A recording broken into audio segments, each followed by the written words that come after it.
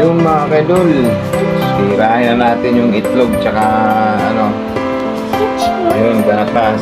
Tapos tinapay, yung mga kaidol. Kainan na! Ayun o, ayun o. Sarap niya no, itlog o, palaman o.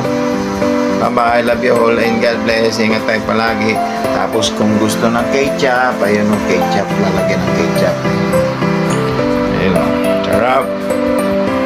Yan kay Baby Claire, kay Mama.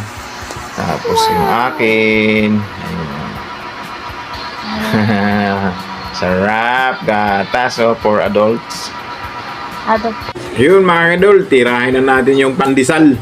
Ayun ang pandesal, ang almusal natin. Yung sa Pag-asa na bakery. Ayun mga idol. Yun ang ating nahuli ngayon. Wala yung mga ano,